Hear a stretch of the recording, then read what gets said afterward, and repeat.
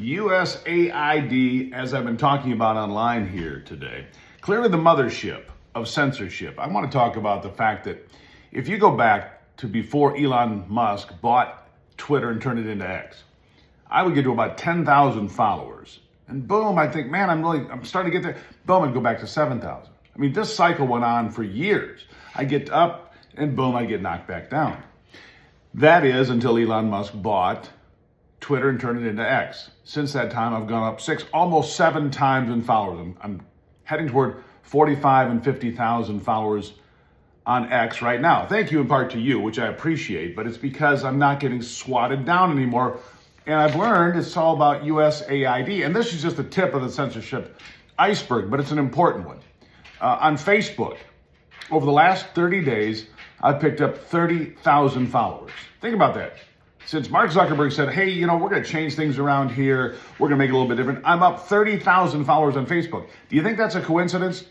Because I don't. I know it's not a coincidence. It's a direct result of what has happened with censorship and the removal, at least of some of it. Now look, Mark Zuckerberg didn't change any of the players. He's still got the same people there, the same staff, same algorithms could be applied again, and he is an opportunist. He is a predator. And so as soon as something happens that maybe changes the political equation, then Mark Zuckerberg might go back to swatting people like me again. But thank God the voices are free now. We can sit here and talk, and we can talk about USAID. This is the first egregious example of your taxpayer dollars going to every twisted idea that you would never support in your entire life. Transgender monkeys, mice, and rats, we're studying that for $10 million. A couple $1 million to have sex change operations for Guatemalan children. Transgender opera in Colombia. I mean, this is just absolutely stupid stuff. But here's where it really gets frightening to me. Samantha Powers. Had one of you guys say, when I hear her speak, it's a woman, but I hear Barack Obama. You should. Samantha Powers is, by extension, Barack Obama. She carries out his agenda, and his agenda has always been anti-America. Whatever we can do to weaken America is what we're going to do, and that's what they've done at USAID to the tune of maybe $50 billion a year. The crazy thing about USAID is that nobody actually knows what the budget is. Some estimates are as low as $28.5 billion. Some estimates are as high as $50 billion. I'm going to say it's probably on the high end of that scale, not on the low end. But and their documents, you can go find their documents, and they say the United States Agency for International Development has played a pivotal role in shaping the geopolitical landscape through its initiatives aimed at fostering democratic principles and supporting media outlets worldwide.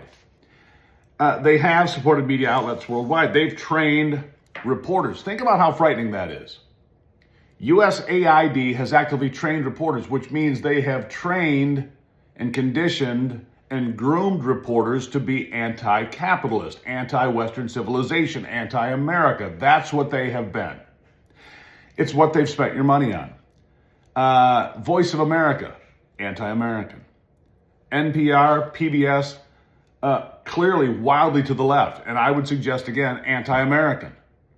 These operations need to be defunded immediately. In fact, I would say USAID should be completely disabled, defunded, and torn down. Look, if we want to buy food and water and make water wells in Africa for people that are needing water or putting bread on the table for people who are starving, we can do that, find a different agency to do it. That is supposed to be what USAID is supposed to be. USAID is what we always thought it was, oh gosh, they're feeding poor kids in Ghana. No, actually they're feeding propaganda to kids in Colombia and teaching them that America's terrible. And then they feed it back into America by training reporters who in turn say terrible things about the country you live in and love. And so you've got billions of dollars flowing out, taxpayer dollars, going to all these crazy things. Let me just read another part for you here. Strategic electoral influence. Think about this one closely. USAID's involvement in elections is not merely superficial. No kidding. It is deeply entwined with the aim to steer strategically significant elections toward democratic outcomes. They admit right here in election interference. It's part of their mission statement. Election interference is part of their mission statement. It's right here in black and white. USAID interfered in American elections. I'll just put it out there for you. The election of 2020, USAID. All this time, we thought it was George Soros getting these radical leftist DAs elected in places like San Francisco or New York or wherever. No, read USAID into that equation and the money they spent. Your taxpayer dollars to support these radical leftists who don't care about law and order. In fact, if they can create a breakdown in law enforcement, they can create a breakdown in society. Bingo. And the band played on. And it goes on. Funding media outlets and journalistic integrity, they say. A significant portion of USAID's budget has been allocated to the Internews Network. Look that one up. Internews Network. A U.S. government-funded NGO. By 2023, $500 million have been directed to Internews. This organization boasts an impressive portfolio, collaborating with 4,291 media outlets, producing 4,799 hours of broadcasts annually, and all with their thumb on the scale. All with their thumb on that propaganda scale, or trigger, maybe it is, as they go and put that propaganda out across the world. They've reached an annual audience of 778 million people. And furthermore, Internews has trained, here it is, 9,000 journalists. Read that as propagandists. Legal and electoral support, polls and reports, overseeing elections, global reach and legacy. Let me read you this one as I wrap this up for you. But just let me tell you, the USAID is the devil we paid for.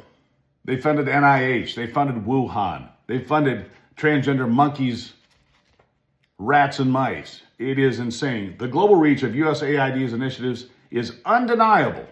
By 2023, the organization had a presence in numerous countries across different continents, impacting millions of lives through its diverse projects. Isn't that a cute word to use, diverse projects?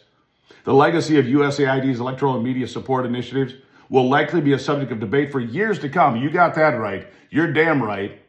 As we pull the plug on this. Oh, and by the way, one other thing I suggest here today, I think Joe Biden fell asleep too early. Why do I say that? Well, you look at Samantha Powers, the now former director of USAID, and all of her cohorts, all of her lieutenants, all of her minions. Joe Biden fell asleep before giving pardons to enough people. Joe Biden didn't hand out near enough pardons because there is going to be hell to pay, and people are going to be held to account, and people are going to be charged with real crimes because real crimes have been committed. Furthermore, Anthony Fauci may have gotten a pardon, but that does not protect him from civil liability. O.J. Simpson was held to account despite the fact that the jury found him not guilty. He was acquitted, but he was held accountable civilly. So the financial penalty for Anthony Fauci is still out there as well. This is just the beginning of my day here. I'm digging deep today, folks. USAID must go, all of it. They're taking it down from 10,000 employees to about 300. That's a good start. I say finish that thing off. Unless you're just supplying rice and beans and drinking water and beds to sleep in for people that are suffering, nothing else. No media, no journalists, no election integrity, none of that shit. We're all done with it. USAID, goodbye. My friends, will talk soon.